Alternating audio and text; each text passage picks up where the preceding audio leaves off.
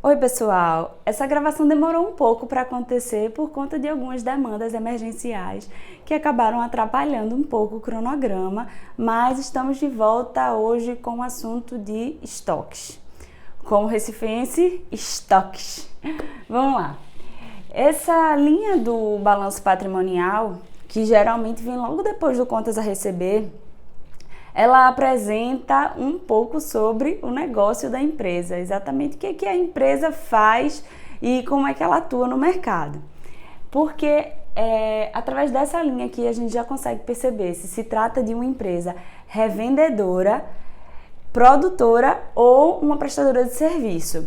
As empresas revendedoras são aquelas que a gente chama de comercializadoras, são as empresas que atuam na atividade do comércio. Elas geralmente compram um produto, uma mercadoria, né? Não um produto, mas uma mercadoria acabada de algum fornecedor, aplicam sobre ela uma margem de lucro e oferecem ao consumidor essa mercadoria. Já as empresas produtoras, as que efetuam alguma atividade, né, de um processo de transformação em uma matéria-prima, que são empresas industriais, elas dividem o seu estoque em três principais grupos, que são os estoques de matéria-prima, estoques de produto em processo, que está aí no meio da sua transformação, e o estoque de produto acabado, que são aqueles estoques que já estão já estão prontos para serem oferecidos ao mercado.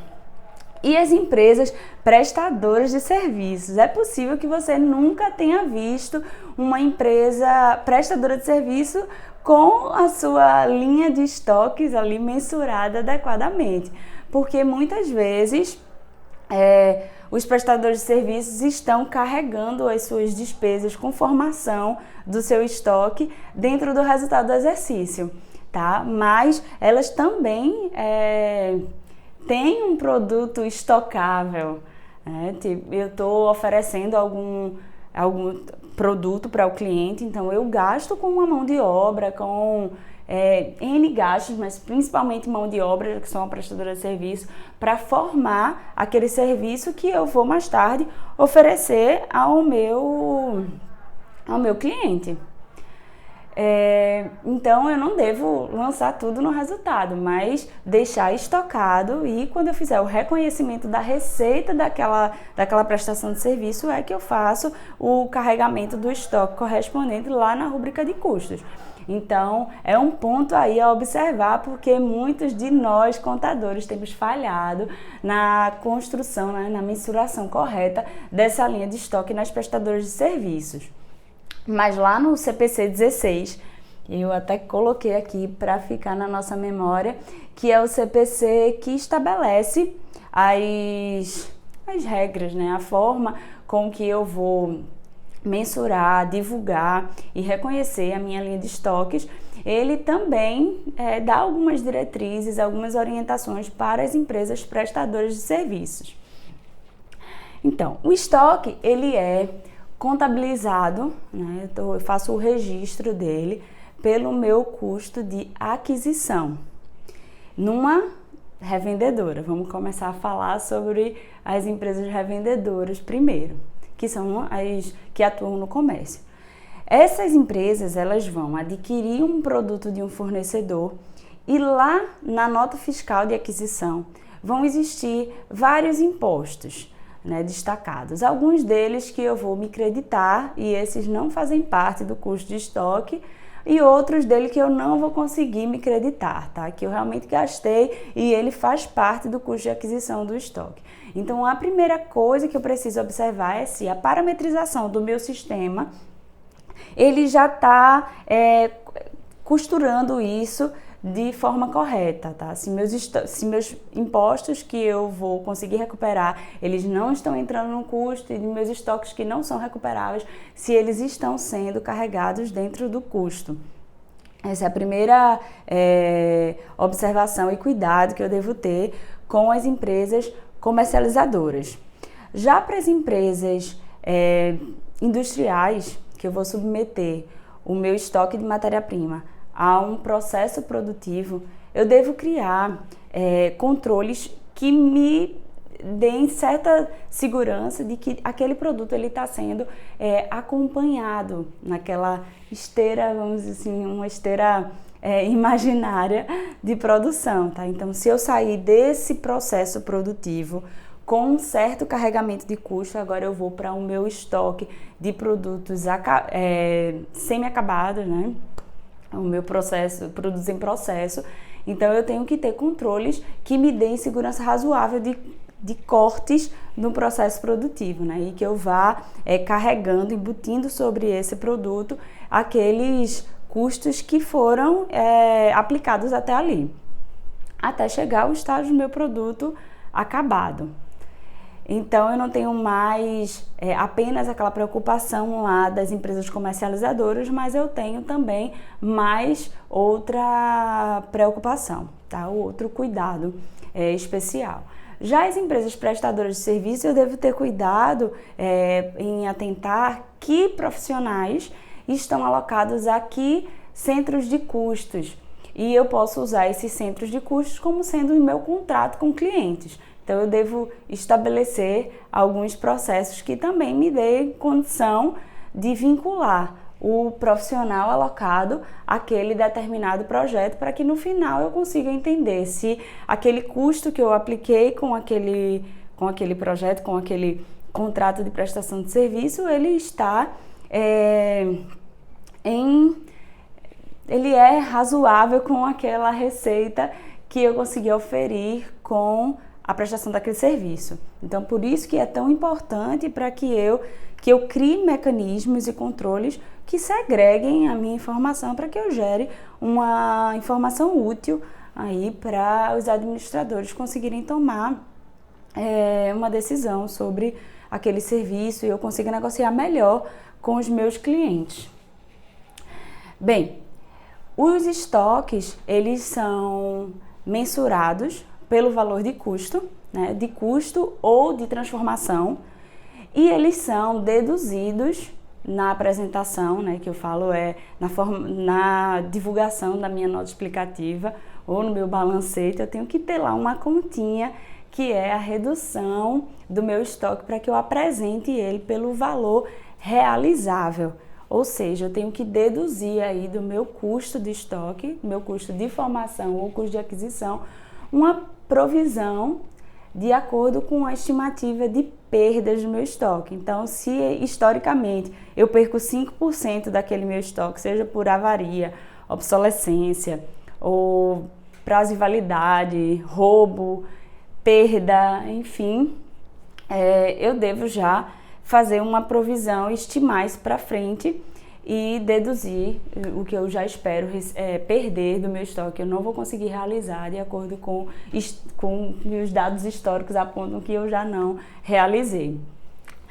Outra consideração que deve ser feita é em relação ao valor justo do estoque, tá? Porque eu tenho que ter evidência que eu estou conseguindo oferecer ao mercado aquele estoque e que eu tenho conseguido vender ele, né, deduzido das despesas de venda, por aquele valor que eu contabilizei. Caso eu não tenha essa evidência, eu devo também reconhecer uma perda para poder mensurar esse estoque para o valor realizável. Eu também tenho que deduzir já as perdas, ou enfim, para o que eu espero não realizar por conta da variação do valor justo. Ok. Outro assunto que a gente precisa observar aqui é o que causa mais polêmica na avaliação do meu saldo de estoques, que são os meus critérios de formação do valor estocado. Tá? Se eu considerei o meu valor de custo, eu vou submeter esse valor de custo a duas avaliações. Ou a um método de PEPS, que você talvez já deva ter conhecido em algum momento, o conhecido como primeiro que entra, primeiro que sai. Tá? Então, aquele estoque que eu comprei mais antigo, ele vai ser o primeiro que eu vou vender, que eu vou oferecer ao cliente, ou o método de custo médio. Tá? Que é uma média ponderada móvel, em que eu somo os produtos que eu tenho em estoque por quanto eu adquiri cada um deles e divido pela quantidade estocada. E então eu tenho um custo médio desse produto. Uma análise que eu preciso fazer periodicamente para garantir que esse custo médio tem sido calculado de forma correta é analisar lá o meu Cardex. Então eu faço um teste em tempos de todas as minhas entradas e saídas para verificar se esse movimento tem sido calculado de forma correta pelo sistema.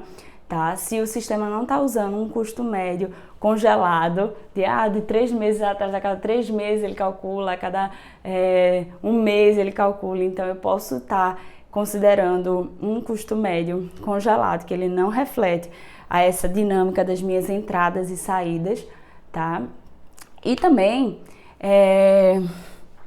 sobre o meu custo médio, eu preciso verificar se os meus processos de inventário que geram ajustes estão sendo refletidos no recálculo do custo médio.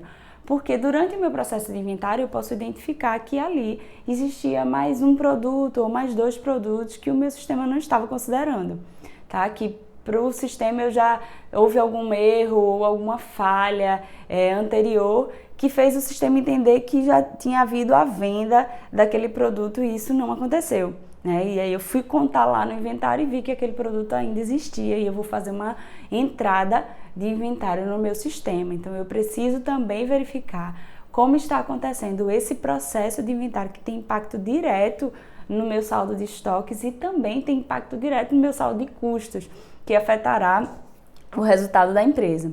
Tá? Então eu preciso analisar todos os movimentos de entrada e de saída de tempos em tempos, de forma amostral, mas implantar algum processo que te dê uma segurança de que esses números e esses controles, eles estão funcionando, eles estão refletindo realmente a tua atividade. Senão você corre o risco de estar trabalhando com dados, com números e tomando decisões em números que são falhos, que não estão refletindo exatamente o que você imagina, o que você acredita que é o comportamento do resultado da tua empresa. Tá? Então, a gente meio que pincelou um pouco dos principais assuntos do estoque, tá? Mas é legal que você visite o CPC 16 e que a gente fique sempre em mente que esses são os principais assuntos e isso não pode fugir do nosso radar, porque essa conta, ela representa muito sobre o negócio da empresa e uma falha nessa conta ou nos processos que envolvem a construção do número dessa conta, eles podem minar, tá, o resultado do exercício e principalmente aqueles planos que eu fiz de orçamentos projetados para minha empresa com base em números que eu acreditava que eram reais. Então, hoje nós vimos esses assuntos de estoque e depois a gente vai ter um momento que vamos detalhar maior cada um desses assuntos, tá? Mas nesse primeiro início a gente vai fazer uma introduçãozinha sobre cada linha do balanço patrimonial, como a gente combinou, e quando chegar lá no final, no patrimônio líquido e nas contas de resultado, a gente vai voltar para esses temas e detalhá-los. Combinado? Obrigado por assistir. Se puder, por favor, compartilha esse link, tá? Que vai ficar no histórico desse vídeo com alguém que você acredita que esse assunto possa interessar. Tá joia? Muito obrigada. Tchau!